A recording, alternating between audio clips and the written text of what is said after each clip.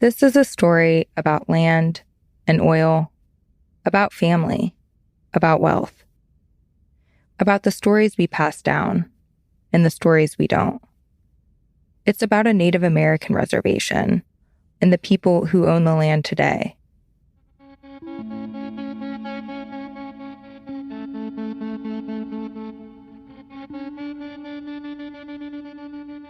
This story took me to northern Oklahoma, to Osage County on the border with Kansas. 1.5 million acres covered in bluestem grass with pools of oil below the ground. And that oil, a century ago, it brought tremendous wealth to some of the people who lived here, at least for a while.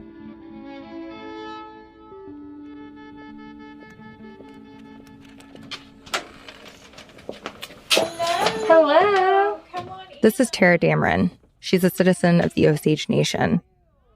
Tara's in charge of an Osage history center called the White Hair Memorial, outside of a small town called Hominy. The building is an old house surrounded by trees, tucked away from the miles and miles of bluestem grass you see from the highway. And I'm here because I wanted Tara to tell me what she remembers from June of 2009. It is hot. I just remember just having to get myself prepared for the heat.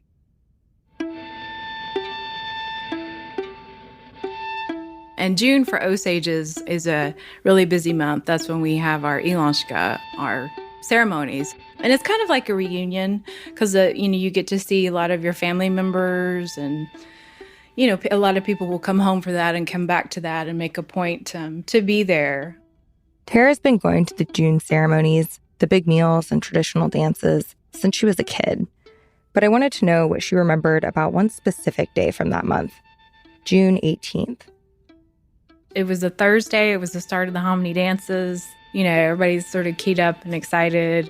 Everybody was talking about the list and whose names are on it.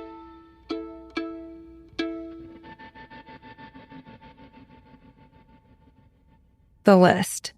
This is why I wanted to talk to Tara. I'm a reporter. I'd gotten a tip about one of the names on that list she mentioned, the name of a prominent family you might have heard of. We'll get to that. But first, you should know that this list, when it came out, it was a big deal. Tara had been hearing about it all day. At lunch, her parents' house earlier, while her dad read the paper. The first time she heard, it was from her uncle, Charles Pratt. He called her that morning, excited.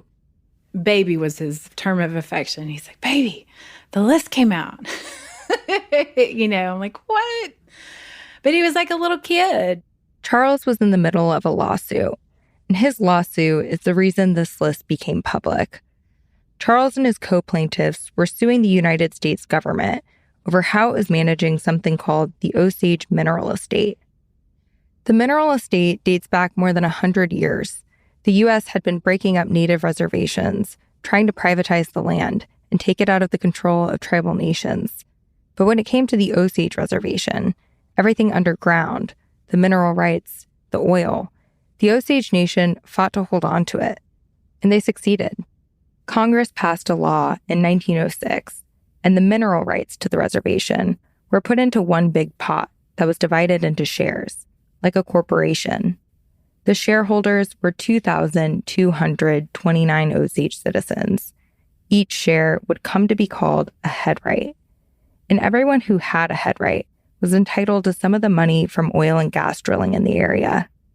It's money from the mineral estate set aside for the Osage Indians that our leaders set up to help us provide a financial foundation. The government paid out royalties to headright holders each quarter. Over the years, most shares have been divided into smaller and smaller fractions, passed to descendants. Headrights are a lot more than just a check in the mail for oil money. For a long time, the federal government didn't even consider someone a citizen of the Osage Nation unless they had a headright or a fraction of one. They couldn't vote in Osage elections without them. When Charles Pratt and his co-plaintiffs filed that lawsuit, they were arguing the government was doing a bad job of managing all the money that belonged to Osage headright holders. They wanted the U.S. to provide an accounting of where all this money Osage money was going and had gone over the last 100 years. For a long time, the way the U.S. government managed this trust has been wrapped in secrecy. Even the people who were meant to benefit from the trust couldn't see the financial details. The government had long kept the names of headright holders private, too. But as part of that lawsuit, a court ordered the government to produce a list, the names of people, churches, oil companies, and other groups that were not Osage, but had somehow ended up with a share of the mineral estate. Nearly 2,000 names, made public because of a surprise decision by the court that all those non-Osages would need to be sued too. This was the first time in over 100 years that we as Osages were able to see in black and white an official list, from the government of all these non-Osages that had headrights.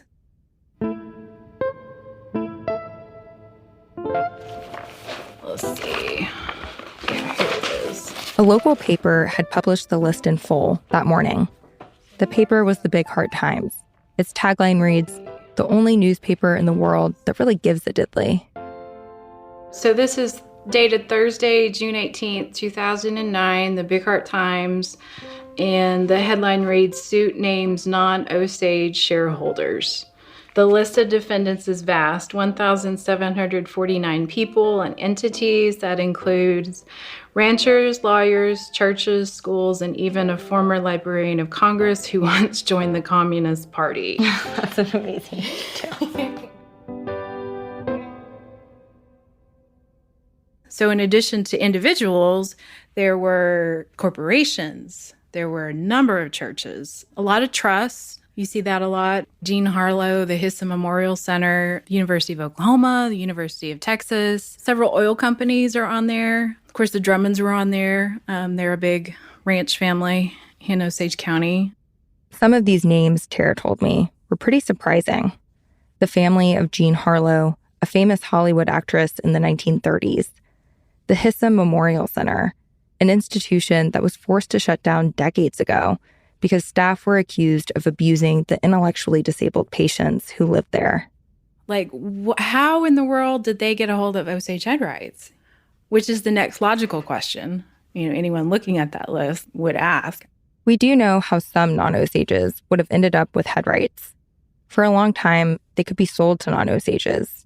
Sometimes, Osages use their headright share as an investment for a stake in a company. If you scan through the list with all the churches and nonprofits, it seems likely that a lot of them received headrights from Osage citizens who died and left them as a charitable donation. But there was another way non-Osages got headrights. For a long time, someone outside the Osage Nation could inherit one if they married an Osage man or woman and that person died. And when oil was discovered in Osage County and headrights became incredibly valuable, Osages who had them became targets.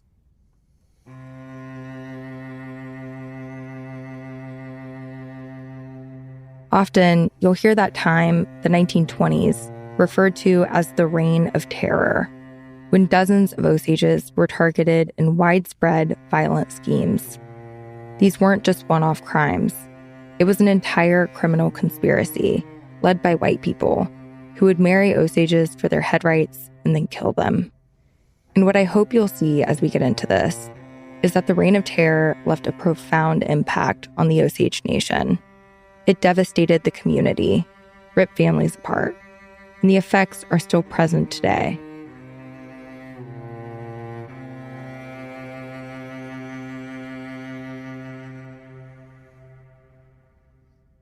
Tara says, for a long time, the Reign of Terror just wasn't discussed. It was too painful, and the risk of becoming a target again seemed too high. So when this list came out, people started asking questions. They were asking family members. So it started sort of this unearthing of this sort of big, huge, giant secret that, Osages or local people that, grew up in and around Osage County sort of always knew or suspected. It was huge. It was a significant moment. Think about that, 1906 to 2009. Imagine being defrauded all those years. I think you're going to be pissed, right? Yeah. So. Tara laughs sometimes when she talks about this, But I don't get the sense she thinks it's funny. There's this outrageousness to it all, that the Osage Nation's trustee, the U.S. federal government, is keeping this information from the very people this trust is for, even after that system created one of the worst tragedies in the Osage Nation's history. Tara says when the list came out and people started talking about where those head rights ended up, it gave more momentum to what her Uncle Charles was saying in his lawsuit, that the federal government wasn't doing a good job managing Osage money. It absolutely made us start to question and wonder and ask and, all these things that someone like in a shareholder or corporation, those would be normal things, financial reports, and, we have a right to know where our money's going. Just so you know, I've asked the government agency that manages the mineral estate, the Bureau of Indian Affairs, about some of the names on that list, like Hissa, where those checks are going and who's getting paid, especially if the organization literally doesn't exist anymore. A spokesman said they don't comment on issues involving ongoing litigation. When it comes to head rights, the federal government tends to say it's a matter of privacy, that the protections in place for Osage head right holders are the same ones in place for non-Osage ones. It's important to remember that when it comes to the Osage Nation and tribal nations across the country, the United States isn't just a bureaucrat. It's a trustee, a relationship born from the treaties that were signed and often forced more than a century ago. It means the federal government has a fiduciary obligation to tribal nations and tribal citizens whose money, land, and mineral rights are held in trust by the U.S. on their behalf. And that fiduciary obligation, it's a big deal, considered the highest degree of duty that exists in the American legal system. What I always tell people is that that relationship can't end. Like, we can't divorce each other. You know what I mean? Like, it is what it is. We can't just say, you know what, we really don't like you, and we want someone else to manage our money. It doesn't work like that. So we are stuck with each other for better or worse. Over the last several decades, the U.S. has settled multiple lawsuits for falling short of its trust duty when it comes to managing Native American assets. That includes a case the Osage Nation brought more than 20 years ago that the U.S. settled in 2011 for $380 million. The settlement paid out to all head right holders, Osage or not, meaning someone with one head right received a little over $150,000. But Tara says the fact that non-Osages continue to get head right money shows the U.S. is still falling short of its obligation to the Osage Nation. When Tara's Uncle Charles died, she took his spot as one of the plaintiffs on the case. They've been successful in getting a partial accounting, but the lawsuit is still ongoing. Meanwhile, the Osage Nation's been working to get federal legislation passed so that some of those head rights can be returned. Today, a little over a quarter of all head rights are owned by people or groups that are not Osage. When you account for inflation, head rights owned by non-Osages have paid out $500 million over the last few decades. It's not their money. It's our money. It's not Jean Harlow's money. It's not Hissa Memorial Center. It's it's our money, those original allottees and their descendants.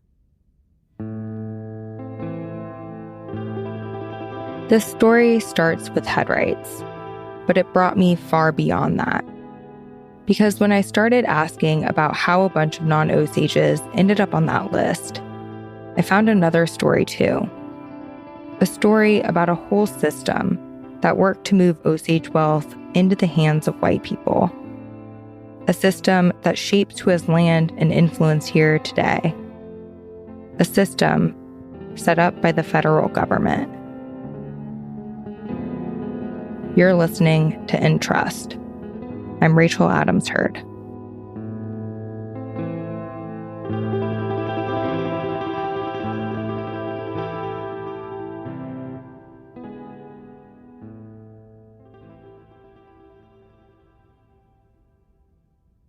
I want to tell you more about that list of non-Osage head right holders, but to really understand what it meant for that list to go public, you have to know how the Osage Nation got to its reservation and how the head right system was created.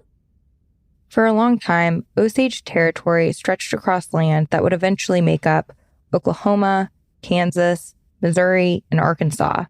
But the U.S. government pressured the Osage Nation into a series of treaties until it was left with just a small fraction of that land, a reservation in Kansas.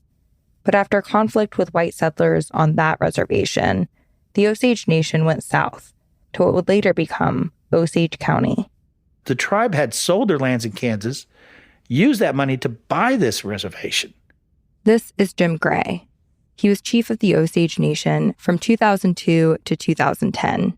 We didn't just get moved here by treaty, we bought it. We had a property title to it. The Osage Nation purchased its new reservation from the Cherokee Nation in the 1870s. Jim told me that property title would prove to be massively important, because not long after the Osage Nation moved, the U.S. government wanted to change things again. The government wanted to take the Osage Reservation, which the nation as a whole held the title to, and parcel it out to individual Osage citizens instead. This was called allotment. This individual Osage receiving an individual allotment, that was new. We never went down that road of individual landowners, even in Missouri or Arkansas. It was all, everyone benefited from the collective ownership of this land, and whatever bounty came from it was spread with all the people. Allotment started on a lot of native land after Congress passed the Dawes General Allotment Act in 1887. This was part of a broader, deliberate, and violent strategy to try and assimilate native communities, kill off their traditions and lifestyles, and make their land available for white settlement. According to the book Uneven Ground, allotment reduced Native American-controlled land from 2 billion acres to 150 million acres. But the Osage Nation was initially exempt from the Dawes Act and allotment because of that property title Jim mentioned. So when they tried to allot the Osage lands, they couldn't do it without our consent, whereas they could just do whatever they wanted with everyone else's land that was in Indian territory. The tribe had some political rights that protected their property interest. Some negotiating power. Mm-hmm. But not enough to stop it altogether. Statehood was coming. There's no way you're going to stop that. And the tribal leader at that time, James Bigheart, who was a brilliant man and way ahead of his time, did what he thought was the right thing to do. So we cut a deal. Okay, allot the surface lands, but the subsurface remains as a mineral estate. This was a savvy and unique deal that Osage leaders negotiated. It's all laid out in a law called the 1906 Osage Allotment Act. And that law is where head rights come from, all those shares of all the oil and gas rights beneath the land. A year after that law, Oklahoma became a state, and it established Osage County directly on top of the Osage Reservation. There were already some white families living there, traders and cattlemen, but after allotment, more and more settlers moved there and started trying to get land and head rights for themselves. Starting in the 19-teens, head rights became incredibly valuable. Oil production took off and money was pouring in. A lot of Osage families could afford the finest cars, the nicest furniture. There were tales of this wealth across the country, many of them exaggerated. In June of 1921, the Osage Nation made the New York Times.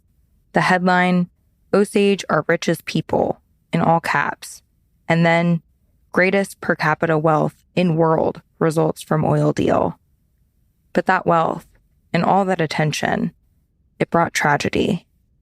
It was the dominant society's view that these savages weren't entitled to anything. And if they got something, then it was within your right as a white person to take it. And that mentality spilled out into the entire society. In 1918, an inspector from the Department of Interior was sent to Osage County to report on the explosion of wealth. 2 years later, that inspector, a man named H.S. Traylor, submitted to Congress a racist tirade against Osages and how they spent their money. He called it sinful, and he said if something wasn't done about Osage wealth, then, quote, their everlasting damnation is as sure and certain as the daily sinking of the sun in the west. He neglected to mention the uptick in crime against Osage headright holders, no acknowledgement that this money belonged to Osage citizens and they could do whatever they wanted with it, or that Osage spending was largely in line with that of white Americans in the same income bracket. These guys weren't friends of the Native American community. And the fact that these particular Native Americans ended up with a incredibly wealthy, something's wrong with the system, you know? And if one of them got killed and someone sought justice in the state courts and they didn't get it, do you think these guys lost any sleep over it? It's hard to communicate the full breadth and impact of the Reign of Terror, but you can't understand the importance of the list without knowing that this was a tragedy that many white people in Osage County were complicit in. Groups of white people conspired to manipulate and murder Osage citizens. The FBI confirmed as much nearly 100 years ago. Osages were shot, they were poisoned, their cars were run off the road. One couple's house was blown up. And it was just like a cottage industry of finding different ways to off Osages. And in all those cases, there was always some non-Indian benefiting from that, whether it was a guardian or spouse, a creditor, whatever. We don't have exact numbers on how many people were targeted then, because what researchers have found is that a lot of these cases weren't investigated. A lot of times, they were covered up. Official figures put it somewhere between 24 and 60 Osages who were killed in the early 1920s, but at least one federal investigator thought it could be in the hundreds. Corruption was rampant, and local officials often couldn't be trusted. But the Reign of Terror wasn't limited to murder. It was shady financial maneuvering on behalf of bankers and lawyers, intricate schemes involving probates and powers of attorney. Sometimes it was more blunt, getting someone drunk and tricking them into signing away their land. It was like every institution that existed in Osage Nation at the time, or Osage County, however you want to call it, was not there for any other purpose but to separate the Osages from their land and their money. That's how Osages felt. It's worth remembering. The U.S. legal system, the English language, this was all almost totally new to a lot of Osages at the time. The government, specifically the Department of Interior's Office of Indian Affairs, they were supposed to make sure that didn't lead to exploitation, but they didn't do a very good job. What the government chose to do was label Osage citizens incompetent. That was the official word they used, incompetent, and put white people in charge of their finances. This was an official system. At one point, hundreds of Osages and other Native Americans were, by default, appointed a guardian, an educated white person, usually a lawyer or a businessman, who would manage their money for them.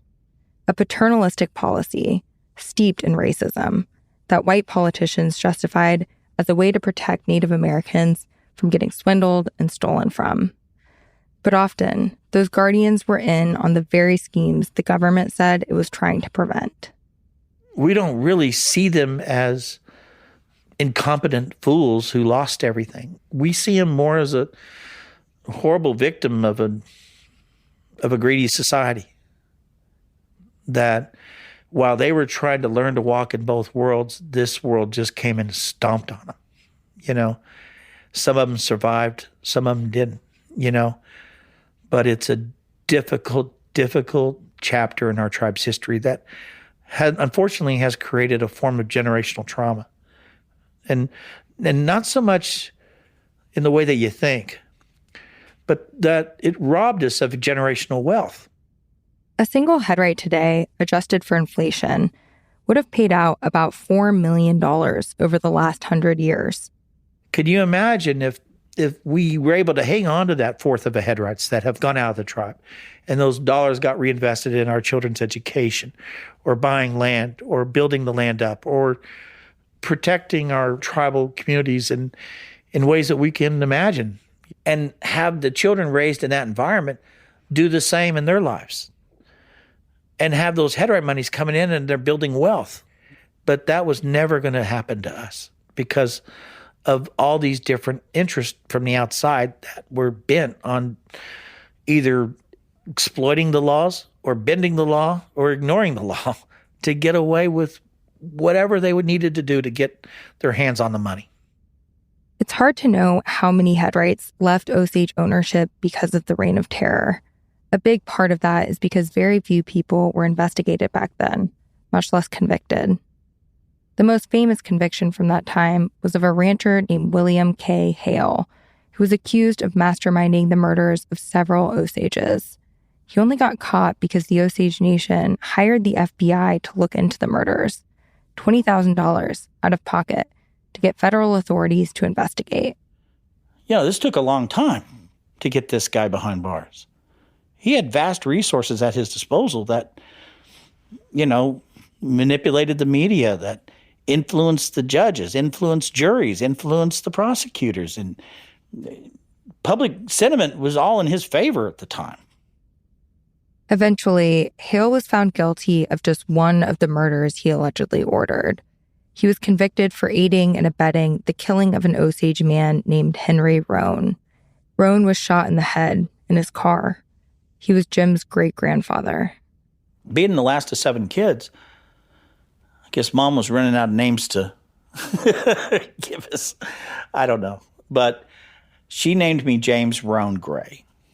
I think it was her way of making me aware of that past.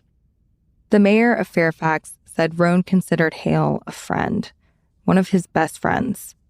But there isn't much surviving knowledge about Henry Roan's life outside of the FBI files. Looking back, I think about how many Osage families just stopped talking about the Reign of Terror for fear it would bring about some tragic consequences to their lives. People just stopped talking about it. Mom grew up in that environment. And since she didn't really talk about it that much, you could see this generational trauma that it caused. My education is whatever I read. It wasn't any oral stories that were passed down. It wasn't until the 90s, when Jim was a young adult, that he would ask his mom about the Reign of Terror. Jim had just read a new book from Washington Post journalist Dennis McAuliffe Jr. It's called The Deaths of Sybil Bolton. I talked to her about it. We had one conversation. In the book, McAuliffe, who's Osage himself, investigates the murder of his grandmother, a woman named Sybil Bolton. McAuliffe had grown up believing his grandmother died from kidney disease. But what McAuliffe found was that she was murdered, shot in front of her home, likely by her guardian, her white stepfather, while the FBI was focused on getting Hale. Her stepfather was after her head right. One of the things that startled me about reading Dennis's book was that he was writing about killings in his own family, but also scenarios that he could tell through his research that there was a lot of unsolved murders going on. And he explained how the mortuaries would write the death certificates in such a way where they would not draw any attention. Henry Roan is mentioned in that book. And that got Jim curious about other members of his family. So one day, while he was visiting his mom back home, he decided to ask her about it. She was in the living room and I was in the kitchen and I was just shouting questions at her because I was reading the book.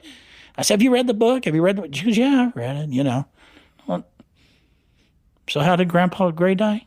He had a heart attack. How did Grandma Gray die? She died giving birth to your Uncle Clarence. How did your mom die? She died in a car wreck. As did your uncle when he was an infant." So you read the book, you have this conversation with your mom, and next thing you know, what Dennis was writing was arguably could be happening in this family. But we just didn't talk about it.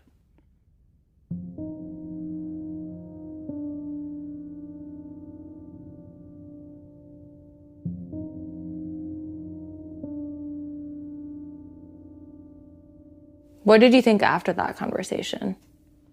She's way too smart to be naive. But she was trying to pretend she was. That's what I thought. Mm-hmm. I'm trying to put myself in my mom's place right now. She lived through all that as a child. And here she is, in her late 60s and in the 1990s, trying to explain it to her young son who's in his 20s. And how much do you share? Whatever more she knew, it went to her grave, But just that one little conversation we had about how everyone passed away, she acknowledged in that 10-year span, my grandfather, my grandmother on my other side, and my uncle on that same side, and my great-grandfather all died. What were those 10 years? From 1921 to 1930.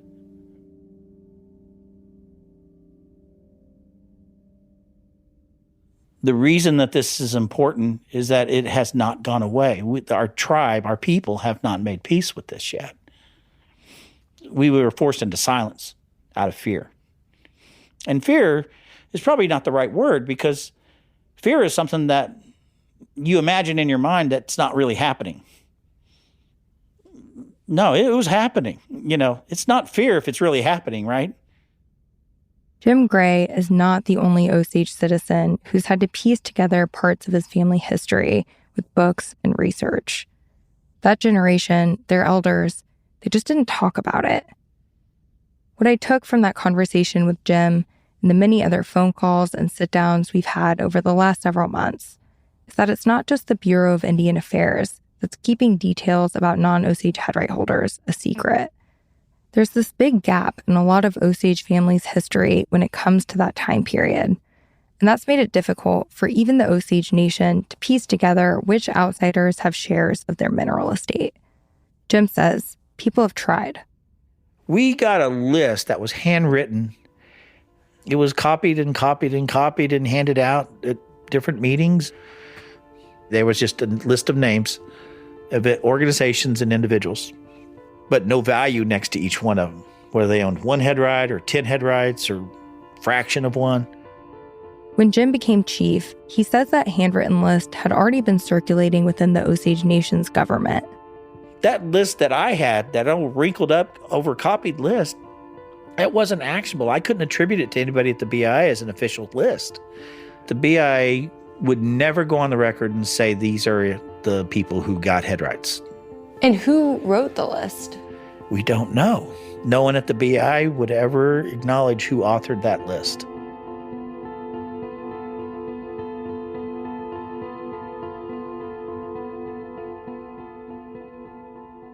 They've been protecting those names for over 100 years, Names of non-Osages who have our money and get our money, Today, yeah. When the official list came out, the one Tara Dameron saw in the paper with all the non-Osages who had headrights, it wasn't just Osage citizens who noticed. A lot of people, namely probably those people that were on that list, were not happy, and they were very vocal.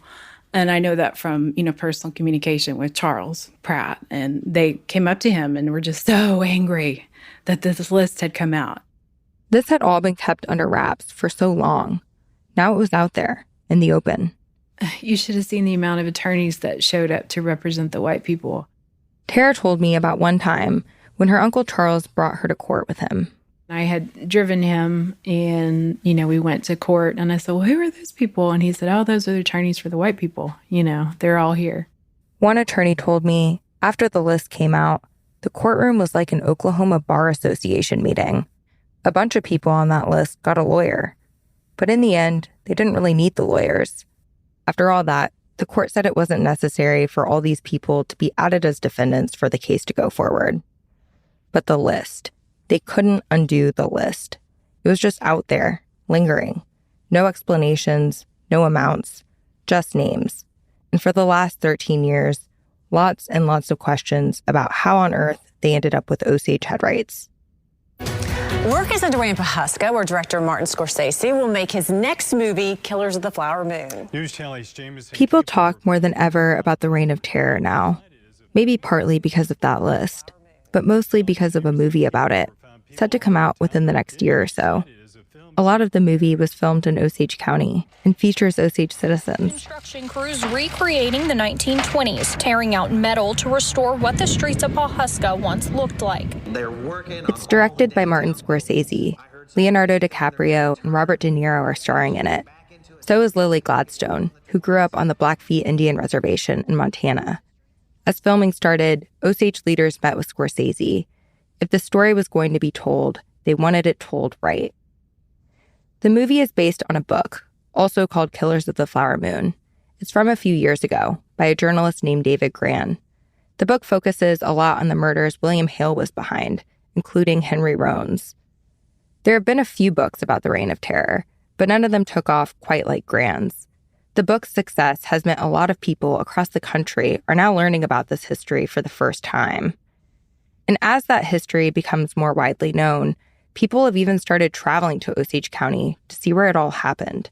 An Osage News article from June of 2019 counted 4 tours being offered in the county. At the cemetery where many of the victims are buried, the Osage Nation had to put up a fence to keep tourists out. This history didn't end 100 years ago. It still shapes Osage County today, and not just its tourism. It's left behind questions about who gained wealth back then and how. Questions that could have painful answers. I asked Tara, would it be better to leave that past alone? I don't want it to be unnecessarily opening old wounds. You know, there's never been any closure. So the truth has got to come out, you know, and it's not always pretty and it's not always flattering. But I think that's one thing that as Osages, we as a people have to acknowledge that and go through that. And then the same thing for everyone else that was involved, you know, that is involved. And it's probably going to depend on who you talk to, you know, because some people will feel differently about it. And they'll say, oh, just, you know, they're too powerful or just stop or, you know. They being like, you know, like the Drummonds or someone that has so much property, Osage property. But how'd you get it? How'd they get it? I haven't fully told you yet why I'm telling you this story, why I first called Tara more than a year ago, why we're talking about this list. I'm telling you all this because on that list, alongside the Catholic Church, oil companies, the family of a movie star, is another name, Drummond.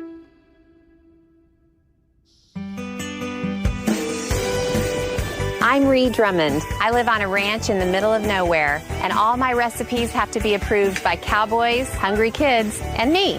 Here's what's happening on the ranch. If you know the name Drummond, it's probably because of the pioneer woman, Ree Drummond. She's another reason Pawhuska's getting so much attention right now. We told you last night at 10, Ree Drummond, also known as the Pioneer Woman and for her hit show on the Food Network, held a job fair in Tulsa today for the Pioneer Woman Mercantile Store opening in Pawhuska. Ree is a Food Network star. She's become famous for her down-home cooking, recipes for chicken fried steak and chocolate peanut butter pies and knock-you-naked brownies. Her restaurants in downtown Pawhuska bring a bunch of tourists. You can shop at her store, called the Mercantile, and stay at her hotel, the Pioneer Woman Boarding House. Ree started out as a blogger, but over the last 10 years or so, her brand has kind of exploded. She has a lifestyle website published by Hearst, and Walmart carries a line of dishes and throw towels and clothing, all with her trademark floral design. Ree fashions herself as a city girl turned ranch wife. She married into the Drummond family. Her brand sells a lifestyle. Call it upmarket pioneer. In her books and blog posts, she calls her husband, Lad Drummond, the Marlboro Man. He runs a massive ranching operation alongside his brother Tim. His family's been herding cattle for 4 generations here in Pawhuska, Oklahoma, near Tulsa. I've asked Ree for an interview with her and Lad, but so far she hasn't responded. And I want to be clear that while she's built her brand around the Drummond ranching legacy, a lot of what I'm going to tell you about in this series happened long before Ree or any other present-day members of the family were even born. Today, when you look at a map of Osage County, a place that was once owned entirely by the Osage Nation, a huge chunk of it is now owned by the Drummond family and other large non-Osage ranching corporations. A lot of Drummonds are still ranchers. Some are lawyers. All right, the following segment is sponsored by Blue Sky Bank. One of them runs a bank. Thank you, Keith. Happy to be here. This is a bank that's been around for a long, long time. We are one of the last remaining true community-owned banks. Began in Pawhuska in 1904. The Drummond in this interview, the one who owns Blue Sky Bank, is named Getner Drummond. He's also the Republican nominee for Oklahoma Attorney General. The election is this November. It comes at a pretty critical time for the state and tribal nations in Oklahoma. If Getner wins, he'll be leading the way Oklahoma responds to a series of Supreme Court decisions that have huge impacts on tribal sovereignty. Now, no Democratic candidates filed to run for AG in this race. The victory comes as a big relief for Drummond, who lost in a close Republican primary runoff in 2018. I could go on about the various ways the Drummonds are deeply rooted in Oklahoma. The family's been here since before it was a state. They were some of the first white people on the Osage Reservation. The first Drummond who came here, named Frederick, was a Scottish immigrant. He moved to the Osage Reservation in the late 1800s. But the reason I'm telling you all this is that 100 years ago, members of the Drummond family were intertwined with the financial affairs of generations of Osage families. They owned a store that almost the whole town of Hominy shopped at. They ran the town bank, helped oversee the publisher of the local paper, owned part of a funeral home. They were financial guardians, administered estates, and they bought land. Lots of it. Today, a bunch of members of the extended Drummond family have land and ranching businesses in Osage County. When you put the dozens of Drummond individuals and entities together, the broader family owns more land there than anyone else, almost 9% of the county. In fact, they're some of the biggest landowners in the state. The name Drummond's on that list of non-Osage headright holders, too. It's right there, in black and white. The Alfred Alexander Drummond Trust. Frederick Drummond, someone named Jean Drummond. Those last two have died since the list was published, meaning those headright shares have passed down to someone else. I've been reporting on energy, oil and gas for the most part, for a few years now. And one day, I got a call from a source, an Oklahoma oil guy. He had a tip. This source told me there was more to the Drummonds than people outside Osage County knew. He told me the Drummonds had headrights, maybe even a lot. This was just a rumor, but knowing the history of the place, all the tragedy surrounding headrights, I wanted to know if it was true. We'll be right back. The list in the Big Heart Times told me some of the Drummonds had headrights, or at least pieces of them. But I wanted to know if this was the name that stood out to folks. There are so many people out there that have access to headright payments that are non-Osage that have no business whatsoever with them. I started asking around about headrights and the non-Osages who had them. And I learned that Drummond is one of the first names people bring up. There's always, the tales that you hear that the Drummonds have headrights. ConocoPhillips has some. The Drummonds have some. I asked everyone who had talked to me what they had heard about the Drummonds' history, what they might be holding on to today. And the more people I talked to, the more I started to hear a lot of different numbers. And it's anywhere from 23 to 27. There was a number in that range that I heard. I've heard 22 and 24. Because people talk too, so all the checks go through this thing called the BIA, Bureau of Indian Affairs. Someone told me you were in a meeting one time. And you said that the Drummonds have 22 head rights. Approximately was the exact quote. I don't know the real answer. I haven't seen the list. Sometimes the numbers were lower. I had more than I thought. More? I thought it was like 19. Okay. But that's a lot. I don't see any evidence of it. Do you think that the number is a lot lower? I think it's a lot lower, probably 2, 3. I've talked to members of the Drummond family for this story. You'll hear from some of them later in this series. And I want to note that their family history, Oklahoma history, is complicated. One member of the Drummond family told me he's a citizen of the Choctaw Nation, that his mother's side has its own history with the fallout of white settlement. We'll get to that. But for now, just know that when I asked some of the Drummond family about head rights, they also said the number's a lot lower.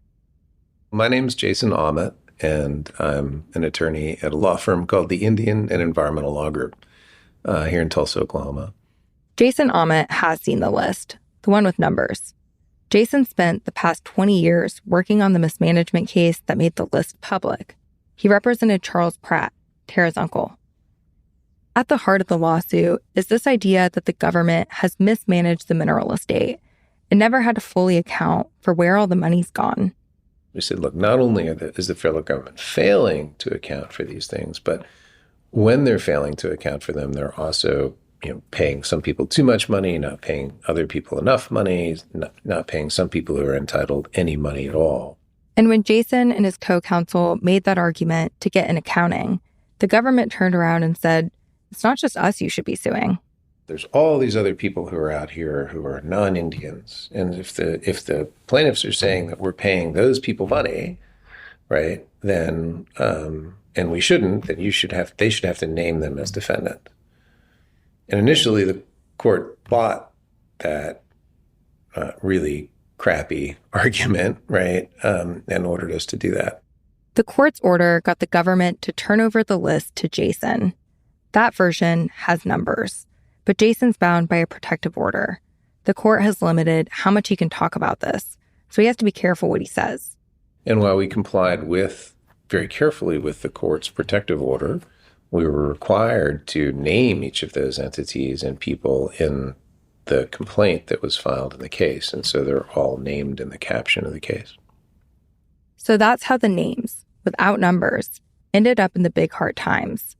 All of them were listed as defendants in this case, which was public and not bound by the protective order. That's the list that Tara saw. So even though the court changed its mind and said all those non-Osage headright holders didn't actually need to be involved in the case, the list is out there. Jason still has the original list, the one with headright amounts alongside the names. I've tried to get Jason to give me his list, over the phone, in his office, at lunch. I've asked specifically about the Drummonds too. If I could tell you, I might try to, but I don't really know. I just don't know that number. I've got it on a CD-ROM, which is how the federal government gave it to me back in the day. But I don't know the answer. What happens if you share that information? I'd probably lose my bar license. I asked if the Drummonds had a lot. He wouldn't say. I asked if the number was only a few. No answer. And it did seem like Jason wanted to tell me. I don't get it. I don't understand why the management of these resources is kept a secret from the people who are the beneficiaries, right? Every other trust situation in the world, right? Your family trust, right? If you have a family trust, there'll be a trustee who provides on demand and regularly an accounting for what it is that they've been doing, right? We've got, here's your money, this is your land, these are the other things that we've been managing for you as your trustee, your stocks or whatever it is. This is how they've performed, right? A beneficiary is entitled to know that. This is the only trust I know of where that information is a secret, even from the beneficiary. Around the time I first started asking about this, I filed a public records request.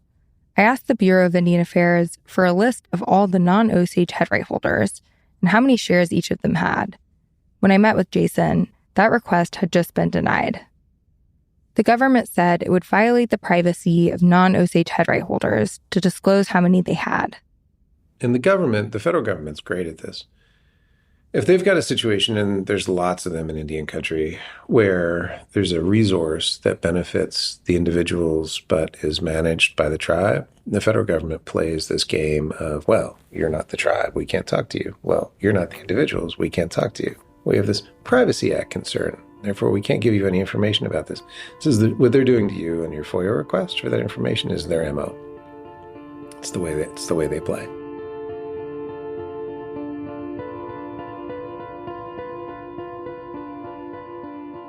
I wasn't surprised when the government denied that FOIA request. Everyone told me this would happen. I'm not the first person to ask. But each time someone presses the BIA, this privacy argument comes up. The Bureau of Indian Affairs is the only one able to answer this for sure. But I want to let you know I have found records about the Drummonds' headrights. I've had to go by what I've seen in old documents deep in the National Archives. What I've found is a much smaller number than those I originally heard. I've been able to confirm only 3/4 of one headright, owned across a couple branches of the Drummond family. I haven't found any indication there may be more. But still, when I started asking around, I realized this feeling, this suspicion, has been lurking for decades in Osage County.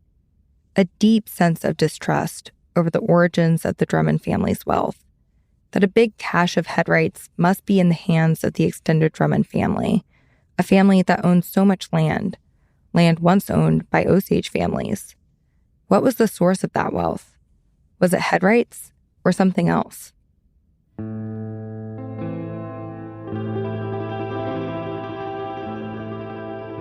This question, it took me across Oklahoma, across Texas, into people's homes, courthouse vaults, warehouses of records, to a sea of grass in the middle of the prairie, through over 100 years of history.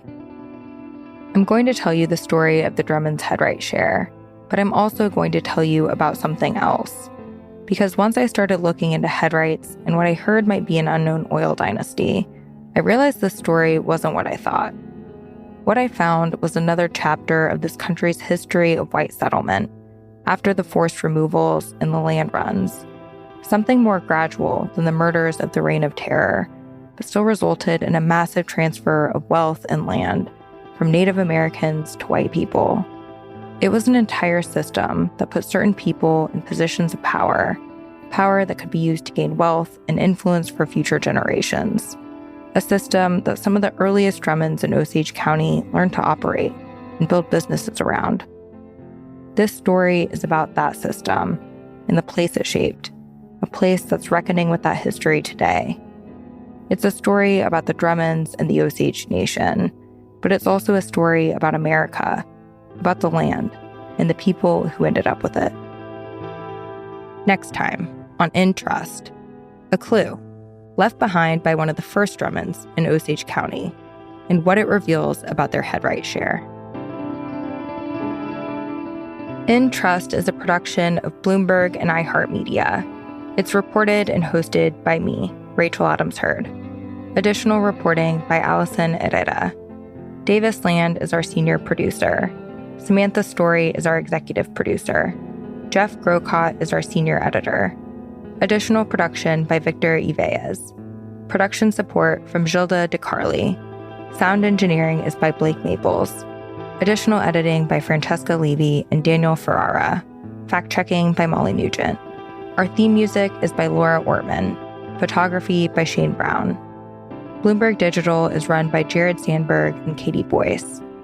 This story wouldn't have been possible without the research and reporting of a long list of others.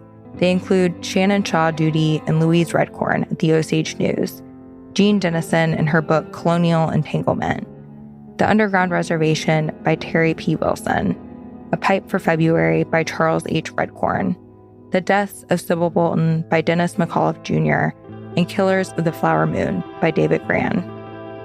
Additional thanks to Lindley Lynn, David Ingold, Evan Applegate, Devin Pendleton, Ariel Brown, Jane Yeomans, Eugene Resnick, Cynthia Hoffman, Frank Kolshaw, Jackie Kessler, Bernadette Walker, Emily Engelman, Michael Fraser, Thomas Houston, Stephanie Davidson, McKinnon DeKuyper, Carly Snyder, Melissa Shadrick, Rakshita Saluja, Flynn McRoberts, Robert Blau, and Margaret Sutherland. You can email us at podcast@bloomberg.net. For a map, photos, and other information about this episode, visit bloomberg.com/intrust.